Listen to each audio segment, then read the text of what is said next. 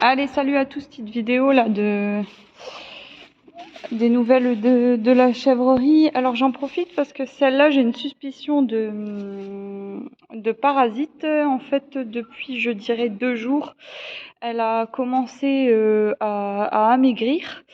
À devenir un petit peu là, depuis hier, un peu apathique et baisse de consommation de foin, donc forcément baisse de lait aussi également. Bon, elle a pas un sale poil normalement, elle devrait avoir un poil qui est plus, bien que il est un petit peu piqueté là, je sais pas si on voit, il est un petit peu dru, mais bon, ça me choque pas plus que ça. Et elle a pas de diarrhée. Donc ça, c'est les symptômes typiques d'une infestation de vers. Les diarrhées sont peu fréquentes, baisse d'appétit, baisse de production de lait et apathique. Alors là, elle va mieux, hein. Je l'ai séparée, elle a fait toute la nuit dans ce box-là. Aujourd'hui, bah, il y a tout le monde qui est sorti, elle n'est pas sortie, je l'ai gardée là parce qu'en fait, elle a une baisse de consommation de foin. Par contre, en pâturage, elle mange bien, donc on va éviter d'avoir des problèmes, notamment aussi de digestion. Si elle consomme trop d'herbe et pas du tout de foin, comme c'est hyper humide, j'ai peur qu'elle se tape de la diarrhée en plus. Donc voilà. Donc on voit qu'elle a fortement amaigri. Donc je vais vous expliquer comment on voit l'état corporel des chèvres. Alors je le ferai peut-être mieux une prochaine fois quand elles seront attachées, mais je vais déjà vous faire voir sur celle-là vu qu'on y est. Et en fait, je pensais que c'était un problème parce qu'en fait, si vous voulez, cette chèvre-là, elle a pas un fort caractère, elle a un caractère assez cool et assez calme, assez. C'est pas une téméraire, c'est pas une bagarreuse, elle a pas envie d'emmerde. Et ça aussi, je vous ferai une vidéo sur les différents types de caractères qu'on peut avoir chez les chèvres. Et en fait, du coup, là, il y a pas mal de jeunes qui ont 2 ans. Là, j'en ai 4 qui ont 4 plus 2 de l'année dernière qui vont avoir 2 ans là cette année. Donc du coup, ça en fait bien 6, sachant que dans ces 6-là, il y a une de ces filles avec qui elle s'entend très très bien. Donc en tout, ça fait 5 chèvres. Il y a 5 chèvres qui sont en train de prendre le dessus sur elle depuis, je dirais, la semaine dernière. Et moi, je pensais que du coup, c'était ça qui faisait qu'elle avait réduit sa consommation de foin, pardon, parce que du coup, elle se fait un peu plus emmerder par les jeunes, parce que quand on a une position hiérarchique qui change, en fait, les chèvres se chamaillent plus. Pourquoi? Parce que elle va tenter de reprendre sa position, mais comme elle n'a pas le caractère, elle va plutôt s'en foutre et se laisser faire. Et du coup, les autres vont tenter vraiment d'affirmer leur position et du coup, ils vont l'embêter, quoi. Ils vont l'embêter plus. Et comme ils sont beaucoup, ils sont au moins 4, j'en suis sûre. Et du coup, c'est quatre jeunes parce qu'elle, elle a 5 ans. C'est 4 jeunes qui vont l'embêter à longueur de journée pour affirmer leur position hiérarchique. Donc moi, je pensais que c'était ça. Et alors, c'est possible que ça soit ça et que du coup, vu qu'elle mangeait moins de foin et qu'elle se rabattait sur l'herbe, du coup, elle a ingéré plus d'herbe qui était un peu salopée. Pourtant, je fais toujours le pâturage continu dynamique. Mais là, vous voyez, c'est mon 4e ou 5e passage là dehors. Et en fait, si vous voulez, plus vous faites de passages, plus vous avez des risques de souiller la pâture, même si elle repose 1 mois. Normalement, il n'est plus censé rien avoir, mais ça, c'est la théorie, quoi. Surtout qu'on a une année qui est douce, qui n'a pas eu de froid. Il n'y a pas eu trop de froid, il y a beaucoup d'humidité et c'est fort doux, donc c'est prolifération de bactéries et de bestioles en tout genre, et donc du coup ça favorise l'infestation parasitaire. Donc vu qu'elles sont passées plusieurs fois sur la parcelle, même avec un délai d'1 mois, c'est fortement possible qu'en fait elles se soient chopées du parasite, sachant que RAS chez les autres chèvres, je précise que normalement, je sais pas si vous avez suivi les vidéos d'avant, mais j'avais vermifugé jumelles et pas le reste du troupeau. Et je devais vermifuger une 2e fois les boucs qui sont dans une parcelle continue là-bas. Et j'ai vermifugé qu'une fois, j'ai jamais fait le 2e vermifuge. J'avais fait une GoPro pour voir s'ils étaient parasités ou pas. Ils étaient pas parasités. Par contre, ce que j'aurais dû faire, c'est en même temps une GoPro pour les adultes parce que j'étais sûre de mon coup et de pas avoir de parasites. Et en fait, j'aurais dû faire la GoPro en même temps que les boucs et j'aurais peut-être vu que j'avais une infestation peut-être entre guillemets moyenne et que du coup il aurait fallu vermifuger les chèvres. Donc il y a celle-là qui est en suspicion. Alors, je sais que demain c'est la dernière journée de beau, donc j'ai pas envie en fait de la toucher, parce que s'il fait une semaine vraiment dégueulasse et qu'elle sorte pas, je vais vermifuger pour rien. Donc je sais pas, je vais voir, je vais me décider. Je vais attendre demain, de toute façon là c'est pipé, je l'ai pas sorti pour l'inciter à consommer du sec. Et je pense que demain je ferai pareil, et puis après on verra comment la semaine se déroulera. On verra, ça je vous dirai ce que j'ai fait. Donc ouais, pour voir l'état corporel des chèvres. Alors en fait il faut savoir que la chèvre elle est naturellement maigre, vous allez toujours plus ou moins voir ses os qui dépassent quoi. Quand on voit plus les os, c'est soit qu'elles sont pleines et que du coup elles ont vraiment un très gros ventre, soit qu'elles ont très bien mangé, du coup elles ont un très gros ventre, du coup c'est moins saillant, soit aussi c'est qu'elles sont grasses, et encore même grasses, on voit quand même, on voit au moins les os là et un petit peu le dos, mais voilà quoi. En tout cas, on le voit pas à l'œil nu, ça reste toujours, on appelle ça les fausses maigres, les chèvres. En fait, il faut prendre entre, alors je vais prendre l'autre main. En fait, il faut prendre une mesure entre là et là, donc comme ça. Voilà. Alors voilà. Vous devez tâter entre mes deux doigts là. Vous devez tâter en fait si elle a du gras entre la peau et la colonne vertébrale. Faut pas le faire trop haut ni trop bas. Il faut vraiment prendre ça quoi. Et du coup, on tâte, et en fait, vous devez mettre une note entre 1 et 3. Moi, je fais 1, c'est très maigre, 2, c'est moyen, et 3, c'est trop gras. Et en fait, si vous voulez, donc là, je sens qu'en fait, elle a un petit peu de gras, donc elle est bien pour moi. Et en fait, si vous voulez, vous devez vraiment sentir comment dire, la chair entre la peau et l'os quoi. Donc si c'est 1 et qu'elle est trop maigre, vous allez pas sentir de chair, vous allez que sentir la peau et l'os. Si elle est bien, là comme celle-là, là, elle est bien là, pourtant elle paraît maigre, là je sens qu'elle est bien niveau corpo. Et du coup vous sentez un peu de gras avec la peau, et du coup vous sentez légèrement l'os mais pas trop. Et si elle est trop grasse, vous sentez plus du tout l'os, vous sentez que le gras et la peau. En gros, c'est un peu ça. On peut faire aussi, mais moi j'aime pas trop, c'est au sternum. Alors hop, je sais pas si on va le voir. Au sternum, donc le creux, en fait, ouais, elle va pas aimer. En fait, vous avez un creux. Ça fait ça. Ça fait un espèce de U. Vous avez l'os au milieu. Vous avez les deux tranches de gras en fait. De gras ça fait un espèce de truc comme ça là. Et c'est pareil en fait, vous devez sentir au niveau de l'os si il y a du gras entre la peau et l'os. C'est chiant. Enfin moi j'aime pas faire là. Voilà. Donc là je suis à l'os là, et je sens qu'il y a légèrement de la chair, mais c'est pas ouf.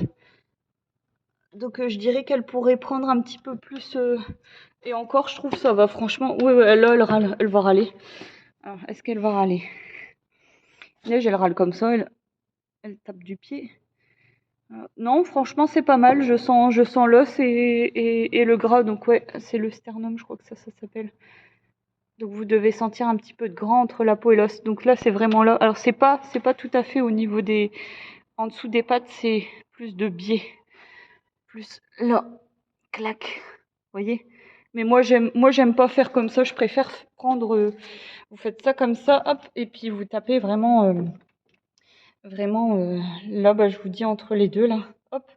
Et puis vous sentez si vous avez du gras. Mais là, vous voyez, là, elle paraît maigre, et pourtant elle est très bien.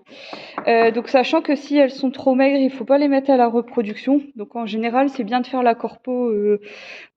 Si vous mettez le bouc en septembre, il faut que niveau état corporel, elle soit très bien août pour le mois de septembre. Et il faut pas qu'elle en perde, il faut pas du tout qu'elle perde d'état pendant la repro, ni pendant les premières phases de gestation. Donc ça veut dire que du mois de... Pourtant on dirait qu'elle est mince alors. Mais là je sens qu'il y a je sens de la graisse entre les doigts. Alors c'est pas foufou, hein, elle est à 2 doigts de passer en dessous. Là si ça continue, elle va passer en dessous, elle pourra plus être bonne à la repro. Mais en tout cas, là, elle est bien. Et donc, du coup, ouais, je vous disais, si vous mettez le bouc, par exemple, en septembre, il faut que, du coup, elle soit en note corporelle de 2. Donc, état corporel pas maigre ni trop grasse. Avant septembre, pendant la repro septembre-octobre et pendant la gestation, sachant que le dernier mois de gestation, c'est les petits qui prennent. Donc du coup là, il faut favoriser, c'est l'ingestion des fibres pour continuer à ce que l'estomac prenne la place sur les petits, parce que s'ils ne mangent pas assez, c'est les petits qui vont prendre la place sur l'estomac, elle va plus avoir de capacité d'ingestion pour l'année suivante. Donc ça, c'est le dernier mois de gestation. Et du coup, tout part pour les jeunes, quoi, le dernier mois de gestation. Donc il faut à tout prix qu'elles maigrissent pas juste avant cette étape-là, quoi. Donc du coup, ça fait vraiment, ça fait un bon gros 4-5 mois, un beau gros 4 mois, on va dire, à surveiller au niveau d'état corporel où elles doivent être bien et où il faut bien surveiller. Et si elles sont en dessous, ne surtout pas mettre à la reproduction, vous allez avoir des problèmes derrière. Et vous allez vous dire que vous avez des problèmes, même du type parasitaire, hein, alors qu'en fait, le parasite, c'est soit un problème de gestion de vos pâturages, ou alors notamment d'état corporel avant la repro. Et du coup, vu qu'elles n'étaient pas en état, et elles sont plus faibles, moins résistantes aux parasites, par exemple, vous voyez. Donc voilà, mais je vous referai avec les chèvres tout attachées, comme ça je vous ferai voir, je tâterai, je vous dirai lesquelles sont maigres, lesquelles sont bien et lesquelles sont pas bien. En tout cas, celle-là, actuellement, elle serait bonne à la repro. Actuellement, je parle. Si ça se trouve, dans 2 jours, elle va être trop maigre parce que là, elle est en train de décliner. Hein. Ça fait 2 jours que je la relook et que je suis vigilante, mais j'aurais dû réagir un petit peu. Hier, j'aurais pas dû la sortir, par exemple. Donc bon, voilà. Donc je vais vous faire voir un petit peu, c'est vite fait aussi là. À tout à l'heure, ma poule. À tout à l'heure, ma poupoullette. Donc voilà. Et puis là, elle est pas contente parce qu'elle est toute seule. Donc je vais peut-être vous faire voir vite fait là. Je vais pas déranger Eric par contre. Donc voilà un petit peu pour donc là suspicion de parasite. Donc là je ne fais rien. Demain je pense que je la sortirai pas et qu'elle fera encore une journée de squattage. Et puis je me déciderai en fonction du temps si je fais quelque chose ou pas. Si je la vermifuge, est-ce que je vermifuge qu'elle, est-ce que je vermifuge tout le monde, sachant que j'aurais bien fait une GoPro pour voir un peu le niveau parasitaire, sauf que là on est vendredi, les GoPro c'est 2 buts de semaine et en général il y a un délai d'attente d'1 semaine, donc je dois attendre quasiment 2 semaines quoi, en gros 10 jours, allez on va être gentil, je vais attendre 10 jours avant d'avoir un résultat et ça c'est un peu chiant parce que 10 jours c'est long quoi, si elles peuvent sortir ça me pénalise un petit peu quoi, donc c'est pas évident, hein. Il aurait fallu que je le fasse en même temps que les boucs, mais bon, ça se trouve, j'aurais rien vu non plus. Donc, mais c'est pareil, c'est assez bizarre. Ça fait la semaine dernière, je crois que c'était la semaine dernière, et cette semaine, j'ai eu 2 chèvres en diarrhée. La dernière vidéo que j'avais faite, je crois que je vous en avais parlé. J'ai eu 2 chèvres en diarrhée. J'ai mis 1 jour pour les arrêter. Et après, il y a eu une chèvre qui a commencé à partir en diarrhée. Et j'ai su l'arrêter tout de suite, mais vous voyez, le temps il est un peu bizarre, donc c'est assez particulier cette année, donc ça serait pas trop choquant si j'ai des parasites, même avec mon système. Il n'y a aucun système qui est idéal, hein, donc il faut pas s'avouer vaincu et pas surveiller et se dire que tout ira bien et que ça passera. Il y a toujours il faut être au taquet tout le temps quoi. Enfin voilà quoi. Donc voilà, là je voulais vous faire voir, on voit quasiment plus les coups de tondeuse, vous voyez. Voilà, donc on en voit encore un petit peu. Là par exemple avec les orties, quelques touffes là qui sont restées, mais franchement. On voit quasiment plus les coups de tondeuse quoi, donc de l'autre côté c'est pareil, on voit quasiment plus les coups de tondeuse. Je vais vous faire voir aussi celle-là et puis c'est tout, après je vais y aller. Donc ça va bien repousser, hein. Vous voyez cette herbe là, c'est dégueulasse là, hein. C'est en train de pourrir en dessous. Donc là il va y avoir beaucoup de refus. C'est ouais. Donc ça potentiellement ça m'étonnerait pas que je passe la tondeuse débroussailleuse là-dessus, parce que ça fait un mât d'herbe un peu dégueulasse et c'est pourri en dessous. Alors après c'est pas trop grave, parce que si par exemple je le tombe pas pour cet hiver, c'est pas non plus trop haut, ça va se désagréger et ça va repousser en dessous, comme là-bas là en fait. Donc je pense, je vais peut-être pas y toucher, je sais pas. Ça c'est pareil, je vous dirai ce qu'on a fait avec. Je vous dirai ce que j'ai fait ou ce qu'on a fait avec mon mari en technique.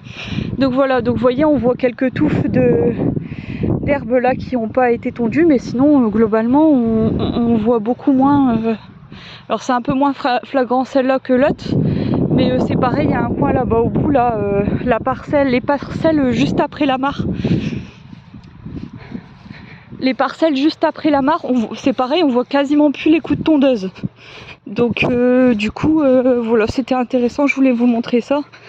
Ça fait plus comme celle-là quoi. Donc j'espère que vous le verrez en vidéo. Mais on voit quelques touffes comme là par endroit, mais ça fait plus comme ça maintenant. Donc voilà, c'est intéressant moi je trouve. Donc de toute façon je vous parlerai aussi d'un nouveau mode de conduite que je mettrai en place peut-être certainement l'année prochaine, c'est le pâturage continu. Voilà, je pense que c'est intéressant aussi de vous le montrer et de vous expliquer comment on peut gérer un pâturage continu sans risquer d'avoir des pertes d'animaux dues aux parasites. Parce que de toute façon c'est principalement ça le problème, hein, en élevage, c'est le parasite. Donc voilà. Et là on avait tout retaillé, tout était monté très haut. Bah là vous voyez, celui-là on l'a pas encore fait. Tout était monté très haut, on avait retaillé dedans. Là aussi c'est pareil, on avait retaillé. Là on a laissé. On va retailler cet hiver là-bas. Voilà, donc là on avait fait de la taille, ça se voit pas forcément parce que ça a bien repoussé, mais c'était monté très haut et ça s'étouffait, ça commençait à s'étouffer entre eux. Donc voilà. Et là ce qu'on a fait avec mon mari cette semaine, vu que j'ai gagné un petit peu de temps de travail, hein, vu que j'ai arrêté la vente directe, c'est on a fait toutes les gouttières et les toitures. Donc là il manque plus que la gouttière du hangar. Mais bon, là c'est hyper haut le hangar, donc ça va être un chantier assez costaud. Mais donc voilà, on a refait de la taille. J'ai retaillé la vigne vierge là. Voilà, dégagé en haut. Pareil, on a balayé les toitures et puis on a ramassé les gouttières, donc on a fait ça.